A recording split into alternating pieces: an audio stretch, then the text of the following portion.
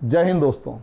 दोस्तों, क्वाड हमारे लिए, इंडिया के लिए एक बहुत अच्छी टर्म, यकीन मानिए इतनी बढ़िया कि हमारे को ऐसा लगता है कि चीन को हम पटक देंगे, पटकनी दे देंगे, धोबी पछाड़ डाल देंगे एंड XYZ जो भी हम सिचुएशंस रखें वो सारी की सारी यहाँ पर मान ली जाएगी। ये है क्वाड। लेकिन क्वाड का असली मतलब होता है 4 देश इकट्ठे। सोचकर देखिए, चाइना ऐसे 4 देश इकट्ठे कर ले जो भारत को बर्बाद करने में किसी भी तरीके से कसर ना छोड़े या भारत के लिए बहुत बड़ी सरदर्दी बन जाए तो कैसा होगा। मैं आज उसी पे डिस्कस करने वाला हूं, लेकिन उससे पहले छोटी सी इंफॉर्मेशन ये दे देते हैं कि अगर आपका कोई छोटा भाई बहन या कोई भी UPSC या IAS PCS के लिए तैयारी करने की सोच रहा है, सरकारी दफ्तर सरकारी बड़ा अफसर बनने की सोच रहा है, चपरासी पटवार की बात मैं नहीं कर रहा, बड़ा अफसर बनने की सोच रहा है, तो दोस्तों आपके लिए आप बिना NCERT के उस कोर्स को करने की सोच भी नहीं सकते।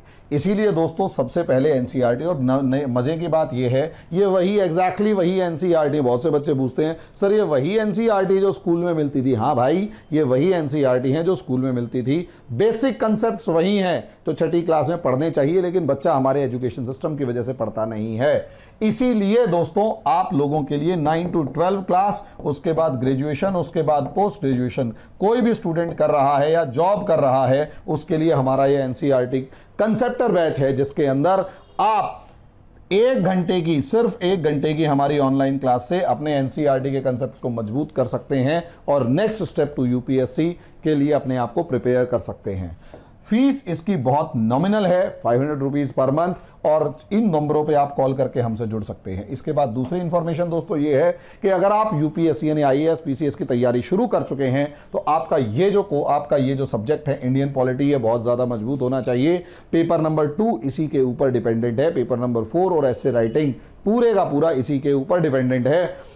इसको पढ़े बगैर और इस बुक M लक्ष्मीकांत को पढ़े बगैर आप UPSC की तैयारी के बारे में सोच भी नहीं सकते दोस्तों। इसीलिए इस बुक के लिए हमने पॉलिटी का कंसेप्टर बैच मंडे से स्टार्ट करने का डिसाइड किया है। जितने भी स्टूडेंट्स इस पर्टिकुलर बैच को ज्वाइन करना चाहते हैं, इस नंबर पर कॉल, इन 2 नंबर्स पर कॉल करें और जल्दी से जल्दी अपनी सीट फिक्स करें। ऑनलाइन क्लासेस होंगी और दोस्तों इसकी फीस भी हमने बहुत ज़्यादा नहीं रखी है, 500 रुपीज़ पर मंथ। और तीसरा, यदि आप मेरे टेलीग्राम ग्रुप से जुड़ना चाहते हैं, UPSC से रिलेटेड कोई भी टॉपिक के ऊपर डिस्कशन करना चाहते हैं, और उससे इंपॉर्टेंट बात ये कि IRs और हिस्ट्री और पॉलिटी जैसे सब्जेक्ट्स के ऊपर कुछ डिस्कशन करना चाहते हैं, तो आप मेरे से, अब क्या होगा दोस्तों, ये आप हमसे कांटेक्ट कर सकते हैं और हमारे बैच को ज्वाइन कर सकते हैं। अब आ जाते हैं दोस्तों टॉपिक के ऊपर। टॉपिक, इस नक्शे को देखिए। नॉर्मली हम जो अमेरिका और इंडिया से मिलकर या 4 देशों के क्वाड की अगर हम बात करते हैं तो यहाँ एक तो इंडिया है, दूसरा यहाँ पर ऑस्ट्रेलिया है, तीसरा एक कंट्री है अमेरिका और चौथा यहाँ पर है जापान। असलियत में ये चारों के चारों देश मिलकर चाइना को साउथ चाइना सी में घेर कर खड़े हुए हैं।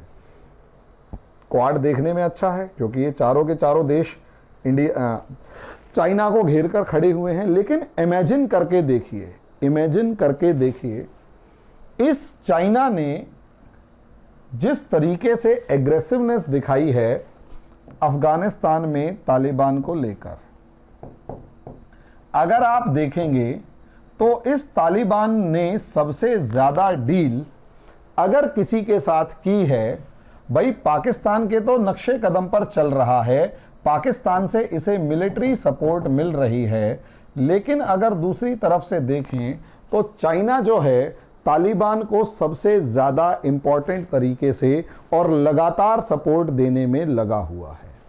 हालांकि इस अफगानिस्तान में रशिया भी मौजूद है, लेकिन अगर आप मोटे तौर पर देखोगे दोस्तों तो रशिया और इंडिया के बहुत अच्छे रिलेशंस तो हैं, लेकिन पिछली 2 बार, चाहे मार्च में हुआ चाहे अप्रैल में हुआ, मार्च और अप्रैल में जिस तरीके से अलग अलग अफगानिस्तान के स्टेक होल्डर्स को रशिया ने अपने यहाँ बातचीत के लिए बुलाया, तो आपको नजर आएगा इंडिया को नहीं बुलाया। यहाँ रशिया, चाहे भले ही चाइना ने टांग अड़ाई चाहे कहीं पर भी, लेकिन इंडिया को ना बुलाना कहीं ना कहीं रशिया के ऊपर एक क्वेश्चन मार्क लगा देता है। तो ऐसी सिचुएशन में सोचकर देखिए, यहाँ चाइना जो है वो अफगानिस्तान और खासकर तालिबान के अंदर अपना एक इन्फ्लुएंस बना के रखे और बना चुका है, तो इंडिया के लिए कितना बड़ा चैलेंज क्रिएट हो सकता है। अब सोचकर देखिए, चाइना हो गया प्लस पाकिस्तान हो गया, ये तो आपके ऑल वेदर एनिमीज हैं ही हैं, साथ में आपके हो गया तालिबान, आपके यहां साथ में हो गया तालिबान।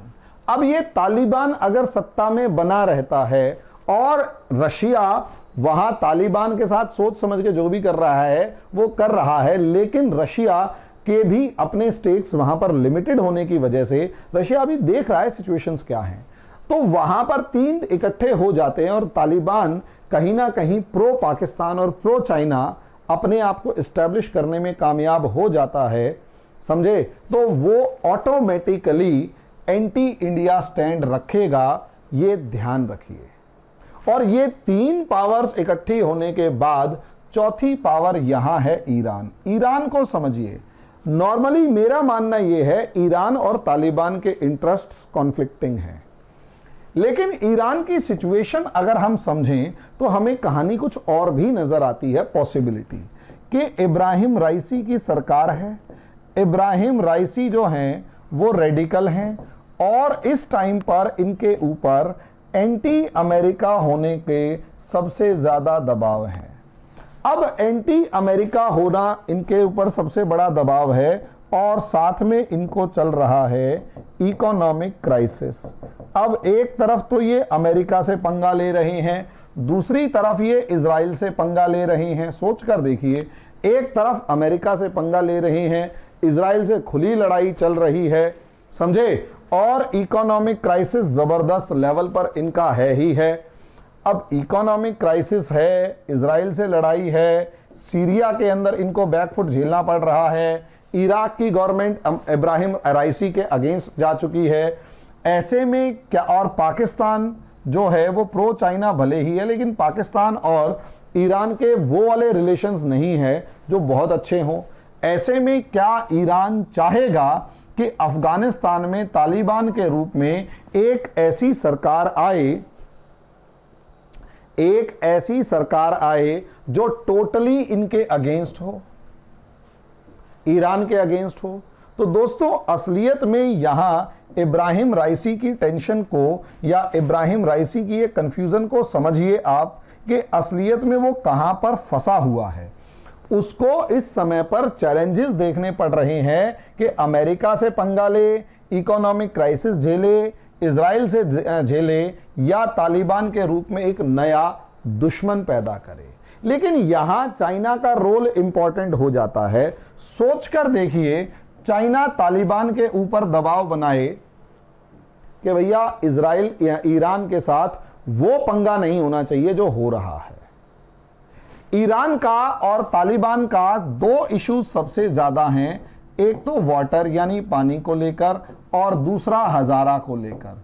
अगर चाइना अफगानिस्तान में तालिबान को इस बात, दो चीजों पर मनाने में कामयाब हो जाता है कि पानी जो है वो ईरान जो जा रहा है वो जाएगा मानो, और दूसरा हजाराज को प्रॉब्लम नहीं होनी चाहिए चाहे कुछ हो जाए। ऐसी सिचुएशन के अंदर अगर देखा जाए तो ईरान और तालिबान के बीच की वो जो खटास है वो खत्म हो जाएगी, क्योंकि तालिबान वैसे भी कॉम्प्रोमाइजिंग सिचुएशन में दुनिया भर में दिखाई दे रहा है। अगर ईरान और दूसरा चाइना ईरान पर दबाव डालने में कामयाब हो जाए कि भैया तेरे को जो $400 बिलियन का इन्वेस्टमेंट की बात कर रहा था वो तभी मिलेगी जब तालिबान से तू दोस्ती करने में कामयाब हो जाएगा, दोस्ती करेगा। यानी एक तरफ से तालिबान की गर्दन दबाई, एक तरफ से ईरान की गर्दन दबाई। ये बिल्कुल ऐसा ही है जैसे अमेरिका इजराइल और फिलिस्तीन दोनों को अपने साथ जोड़े रखता था, जैसे अमेरिका इजराइल और सऊदी अरेबिया को अपने साथ जोड़े रखता था। यानी दो टोटली एंटागोनिस्टिक लोगों को एक सुपर पावर वाला बिहेवियर दिखाते हुए अमेरिका अपने साथ रखता था। वही खेल चाइना अगर खेलने में कामयाब हुआ तो सोचकर देखिए भारत की सरदर्दी कितनी बढ़ जाएगी, यहाँ से अगर आपको दिखाई देना शुरू हो तो ये पूरा इलाका ईरान का, अफ़गानिस्तान का, पाकिस्तान का और ये चाइना तो एंटी इंडिया है ही। ये पूरी जो बेल्ट है ये इस तरीके से हो जाएगी कि इंडिया को सेंट्रल एशिया में एंट्री करने के लिए, इंडिया को सेंट्रल एशिया में एंट्री करने के लिए कोई रास्ता दिखाई नहीं देगा। अब इसे उस सेंट्रल एशिया में जाने के लिए इस रास्ते से गुजर के ऐसे करके जाना पड़ेगा जो अपने आप में चैलेंजिंग होगा। अब यहाँ सोच कर देखिए इंडिया के लिए कितना बड़ा चैलेंज यहाँ क्रिएट होगा। वो तो होगा सो होगा, उसे बाद में देखेंगे। असलियत में यहाँ सिचुएशन ये होगी कि अगर ये तीनों के तीनों इकट्ठे, चारों इकट्ठे होते हैं तो इंडिया का तो पूरे का पूरा जो नेबरहुड है वो टेंशन में आ गया ना। और यानी एक तरफ चाइना, तालिबान, उसके बाद पाकिस्तान और उसके बाद ईरान, अगर ये चारों इकट्ठे हो जाते हैं तो इन सब की प्रॉक्सिमिटी इंडिया से इतनी खतरनाक है कि सबसे बड़ी प्रॉब्लम, सबसे बड़ी टेंशन सोसाइटी के मामले में, इकोनॉमी के मामले में, सिक्योरिटी के मामले में सबसे बड़ी टेंशन ईरान को, इंडिया को ही होने वाली है। सबसे बड़ी टेंशन इंडिया को होने वाली है। अब आगे आने वाले समय में इनके साथ क्या रहता है, कैसे रहता है, वो अभी तालिबान और ईरान की पूरी सिचुएशंस को समझने के बाद ही पता चल पाएगा। अभी तो सिर्फ दोस्तों इतना ही है कि अभी सिचुएशंस फ्लक्चुएशंस में है। जब ये सेटल होंगी तब पिक्चर क्लियर होगी कि मामला क्या है। यहाँ रशिया बहुत ज़्यादा रोल प्ले करता हुआ अभी नहीं आ रहा। हाँ, जिस दिन तालिबान खुलकर चाइना के फेवर में बोलना शुरू कर देगा और रशिया को लगेगा कि उसके इंटरेस्ट्स यानी उसके हितों पर बुरा असर पड़ रहा है, तो वहाँ से सीधे सीधे प्रॉब्लम्स क्रिएट होनी शुरू हो जाएंगी। वहाँ से सीधे सीधे चैलेंजेस क्रिएट होने शुरू हो जाएंगे और फिर हालात जो हैं वो बदल जाएंगे। फिर इंडिया के लिए कोई होप नज़र आएगी। अभी के लिए तो कुछ सिचुएशंस जब तक क्लियर नहीं होती तब तक कुछ कह नहीं सकते। धन्यवाद।